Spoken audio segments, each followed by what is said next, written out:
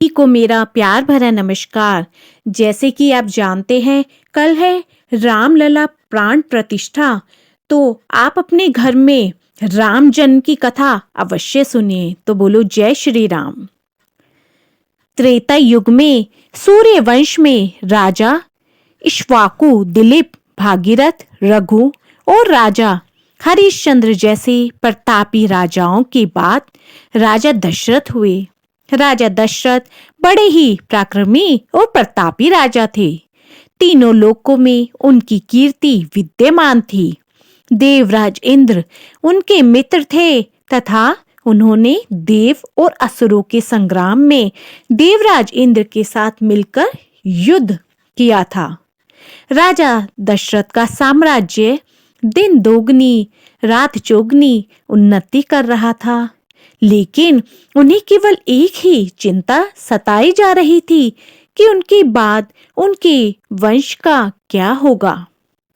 राजा दशरथ की 3 पत्नियां थी, जिनमें से सबसे बड़ी रानी कौशल्या थी और उनसे छोटी रानी कैकेयी थी तथा सबसे छोटी रानी सुमित्रा थी।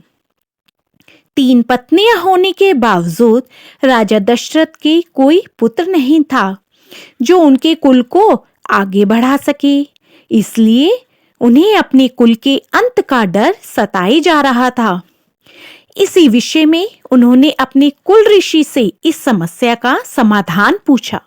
उनके कुल ऋषि ने बताया कि उन्हें पुत्र प्राप्त करने के लिए पुत्रेष्टि यज्ञ संपन्न करना होगा, जिसके फलस्वरूप उन्हें पुत्र की प्राप्ति अवश्य होगी।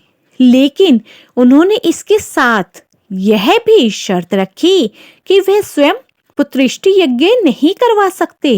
इस यज्ञ के लिए राजा दशरथ को स्वयं जाकर श्रृंग मुनि को प्रसन्न करना होगा। श्रृंग मुनि अथर्ववेद के पूर्ण ज्ञाता थे तथा वह पुत्र कामिष्टि यज्ञ के विशेषज्ञ थे।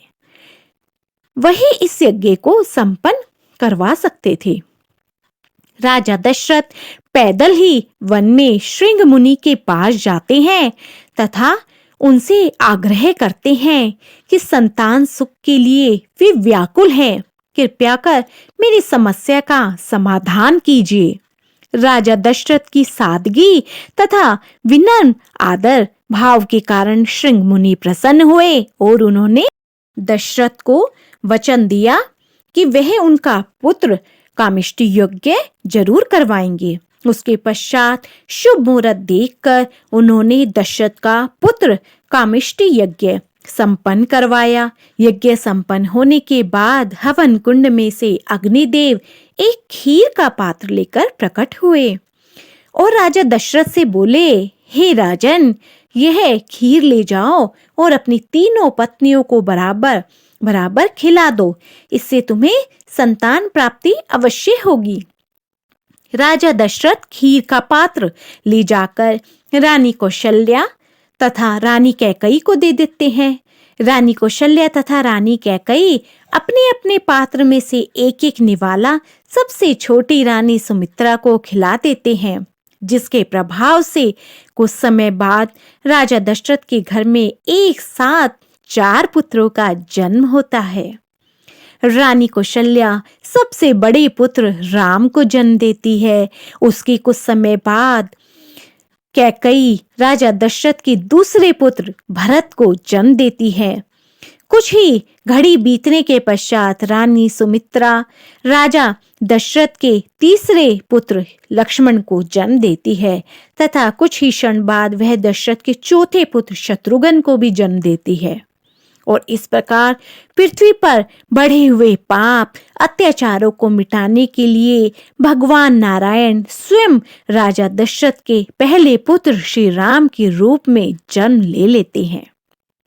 भगवान विष्णु के राम अवतार का साथ देने के लिए शेषनाग लक्ष्मण के अवतार में जन्म लेते हैं तथा उनके साथ ही भगवान विष्णु के सुदर्शन चक्र भरत के अवतार में जन्म लेते हैं तथा शत्रुघ्न भगवान विष्णु के शंखशैल के अवतार होते हैं।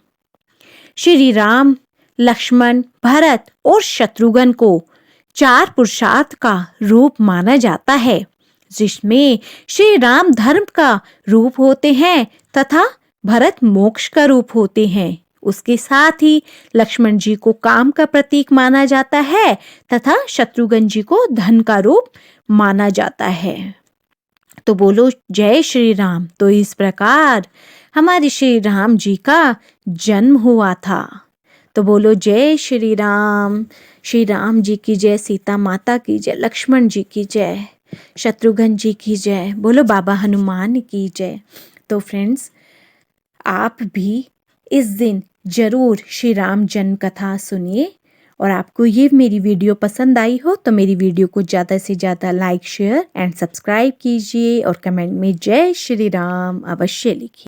जो भी कोई श्री राम जी की कथा को पढ़ता है और सुनता है, उन दोनों को बराबर ही पुण्य प्राप्त होता है। बोलो जय श्री राम।